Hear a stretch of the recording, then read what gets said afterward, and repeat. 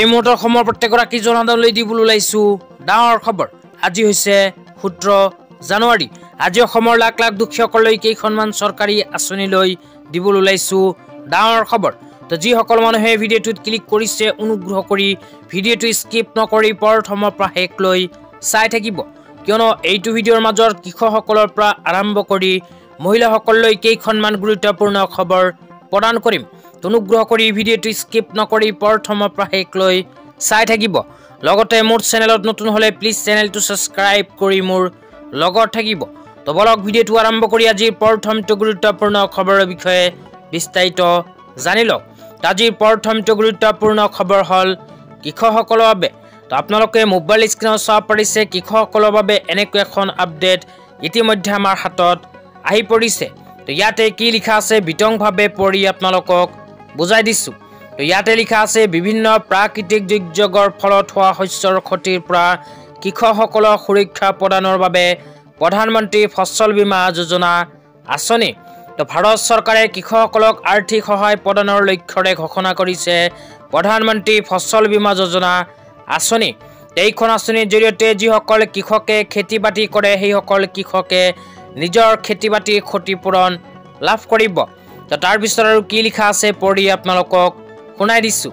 তাৰপিছত লিখা আছে বানপানী, খৰাং, শিলাবৃষ্টি আদিৰ দৰে বিভিন্ন প্ৰাকৃতিক দুৰ্যোগৰ লগতে পোক পৰুৱা, বেমাৰ আজাৰ আদিৰ পৰা হোৱা শস্যৰ ক্ষতিৰ পৰা সকাহ পাবলৈ আপোনাৰ খেতিডৰা প্ৰধানমন্ত্ৰী ফচল বীমা যোজনা আঁচনিৰ অধীনত বীমা কৰক। তো ইয়াতে কোৱা অনুযায়ী যিসকল কৃষকে খেতি বাতি কৰে সেইসকল কৃষকে খেতি বাতি কৰাৰ পিছত বানপানী, খৰাং, শিলাবৃষ্টিৰ লগতে প্ৰাকৃতিক দুৰ্যোগ, পোক পৰুৱা আৰু বেমাৰ আজাৰৰ ফলত যদি খেতি বাতিৰ ক্ষয় ক্ষতি হয় তেন্তে প্ৰধানমন্ত্ৰী ফচল বীমা যোজনা আঁচনিৰ অধীনত লাভ কৰিব ক্ষতিপূৰণ। তো আপোনালোকে যদি খেতি বাতি কৰে তেন্তে অতি সোনকালে প্ৰধানমন্ত্ৰী ফচল বীমা যোজনা আঁচনিত কৰক আবেদন। তো যিসকল কৃষকে প্ৰধানমন্ত্ৰী ফচল বীমা যোজনা আঁচনিত আবেদন কৰিব বিচাৰে সেইসকল কৃষকৰ বাবে চৰকাৰে কেইখনমান ফোন নম্বৰ মুকলি কৰিছে। লগতে জিলা ভিত্তিক অসম চৰকাৰে কেইখনমান ইঞ্চুৰেঞ্চ কোম্পানীক প্ৰধানমন্ত্ৰী ফচল বীমা যোজনা আঁচনি প্ৰদানৰ দায়িত্ব প্ৰদান কৰিছে। তো কোম্পানী কেইখনৰ নাম এতিয়া আপোনালোকক এটা এটাকৈ জনাই দিছোঁ। অনুগ্ৰহ কৰি ভিডিঅ'টো স্কিপ নকৰি চাই থাকিব। তো 1 নম্বৰ কোম্পানীটো হ'ল এগ্ৰিকালচাৰেল ইঞ্চুৰেঞ্চ কোম্পানী, 2 নম্বৰটো হ'ল ৰিলায়েন্স জেনেৰেল ইঞ্চুৰেঞ্চ কোম্পানী, 3 নম্বৰটো হ'ল SBI জেনেৰেল ইঞ্চুৰেঞ্চ কোম্পানী, তাৰপিছত 4 নম্বৰ কোম্পানীটো হ'ল HDFC agro general insurance company, তাৰপিছত 5 নম্বৰ কোম্পানীটো হ'ল future general insurance company. Assam চৰকাৰে জিলাভিত্তিক এইকেইখন কোম্পানীক প্ৰধানমন্ত্ৰী ফচল বীমা যোজনা আঁচনি প্ৰদানৰ বাবে দায়িত্ব প্ৰদান কৰিছে। লগতে কেইখনমান ফোন নম্বৰ মুকলি কৰিছে। এইবোৰ ফোন নম্বৰত ফোন কৰিও আঁচনিখনৰ বিষয়ে সবিশেষ জানিব পাৰিব। তো ফোন নম্বৰবোৰ আপোনালোকক জনাই দিছোঁ। প্ৰথমটো ফোন নম্বৰ হ'ল 1800891248, দ্বিতীয়টো ফোন নম্বৰ হ'ল 1800102408, তৃতীয়টো ফোন নম্বৰ হ'ল 180010211111। এইকেইখন ফোন নম্বৰত ফোন কৰি আপোনালোকে আঁচনিখনৰ বিষয়ে সবিশেষ জানিব পাৰিব। তেতিয়া আপোনালোকক দিবলৈ ওলাইছোঁ আজিৰ দ্বিতীয়টো খুবেই গুৰুত্বপূৰ্ণ খবৰ। তো আজিৰ দ্বিতীয়টো গুৰুত্বপূৰ্ণ খবৰ হ'ল অজন্তা নেওগ ডাঙৰীয়ানীয়ে প্ৰদান কৰা এখন বিশেষ আপডেট লৈ। তো ইয়াতে কি লিখা আছে প্ৰথমে পঢ়ি শুনাই দিছোঁ। ইয়াতে লিখা আছে women got relief from stop smoke from PM Ujjwala scheme, free gas connection were provided to 10.33 crore women in India. তো ইয়াতে কোৱা অনুযায়ী ভাৰত চৰকাৰে ইতিমধ্যে প্ৰধানমন্ত্ৰী উজ্জ্বলা যোজনা আঁচনিৰ অধীনত 10.33 কোটি দুখীয়াক প্ৰদান কৰিছে চৰকাৰী গেছ। তো আপোনালোকে যদি এতিয়ালৈকে চৰকাৰী গেছ লাভ কৰা নাই তেন্তে আপোনাৰ বাবে আহি গ'ল ভাল খবৰ। তেতিয়া বিচাৰিলে আপোনালোকে কৰিব পাৰে প্ৰধানমন্ত্ৰী উজ্জ্বলা যোজনা 2.0 আঁচনি।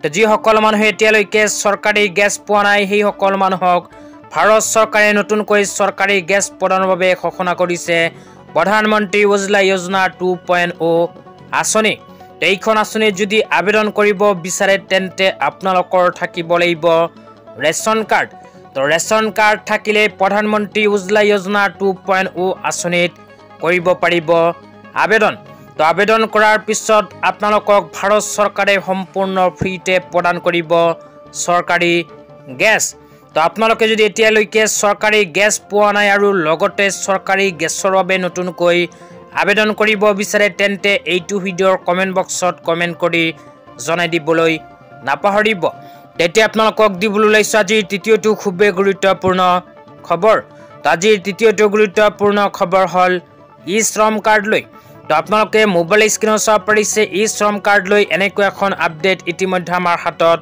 আহি পৰিছে তো ইয়াতে কি লিখা আছে পঢ়ি আপোনালোকক বিতংভাৱে বুজাই দিছো ইয়াতে লিখা আছে benefits for আনঅৰ্গানাইজড worker ৰেজিষ্টাৰিং on E Shram portal তো যিসকল অসংগঠিত খণ্ড শ্ৰমিকসকলে ই শ্ৰম পোৰ্টেলত পঞ্জীয়ন কৰি ই শ্ৰম কাৰ্ড বনাইছে সেই সকল শ্ৰমিকক ভাৰত চৰকাৰে ই শ্ৰম কাৰ্ডৰ জৰিয়তে প্ৰদান কৰিব এইবোৰ সুবিধা তো কি সুবিধা প্ৰদান কৰিব হে আপোনালোকক এতিয়া জনাইছো অনুগ্ৰহ কৰি চাই থাকিব তো ইয়াতে এক নম্বৰত কৈছে e Shram card received after registration will be accepted across the country তো আপোনালোকে ই শ্ৰম কাৰ্ড বনোৱাৰ পিছত ই শ্ৰম কাৰ্ডখন ভাৰতৰ যিকোনো ঠাইতে আপোনালোকে কৰিব পাৰিব ব্যৱহাৰ তাৰ পিছত 2 নম্বৰত কৈছে accidental insurance cover through PMSBY for a year তো আপোনালোকে ই শ্ৰম কাৰ্ড বনোৱাৰ পিছত অটোমেটিকলি প্ৰধানমন্ত্ৰী সুৰক্ষা বীমা যোজনা আঁচনিৰ অধীনত লাভ কৰিব 1 বছৰৰ বাবে লাইফ ইন্স্যুৰেন্স তাৰ পিছত কোৱা হৈছে 2 lakh in case of accidental death and permanent disability তাৰ পিছত কৈছে 1 lakh in case of partial disability তো আপোনালোকে ই শ্ৰম কাৰ্ড বনোৱাৰ পিছত কোনো এক্সিডেন্টেল কাৰণত যদি আপোনাৰ শৰীৰৰ কোনো অংগৰ ক্ষয়ক্ষতি হয় 1 বছৰৰ ভিতৰত তেন্তে 1 লাখকৈ টকা লাভ কৰিব লগতে যিসকল শ্ৰমিকে ই শ্ৰম কাৰ্ড বনোৱাৰ পিছত কোনো এক্সিডেন্টেল কাৰণত মৃত্যু হ'ব সেই সমূহ শ্ৰমিকৰ পৰিয়ালে লাভ কৰিব 2 লাখকৈ টকা তাৰ পিছত কোৱা হৈছে social security benefit will be delivered through e Shram portal লগতে সোশিয়েল সিকিউৰিটিৰ যিবোৰ বেনিফিট আছে সেই সমূহ বেনিফিট আপোনালোকে ই শ্ৰম কাৰ্ড বনোৱাৰ পিছত ই শ্ৰম কাৰ্ডৰ পোৰ্টেলৰ সহায়তে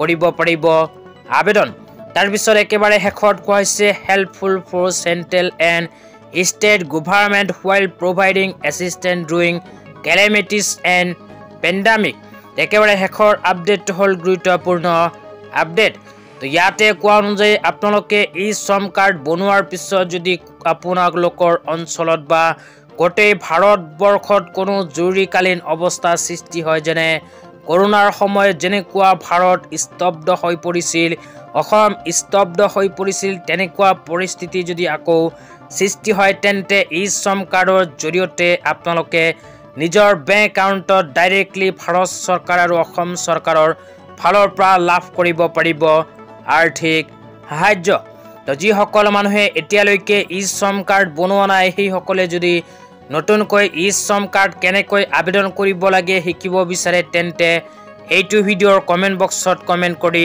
জনাই দিব তেন্তে ইয়াৰ নেক্সট ভিডিঅ'ত আপোনালোকক আবেদন প্ৰচেছ সম্পৰ্কে বিতংভাৱে জনাই দিম তো আজি ইমানেই ধন্যবাদ।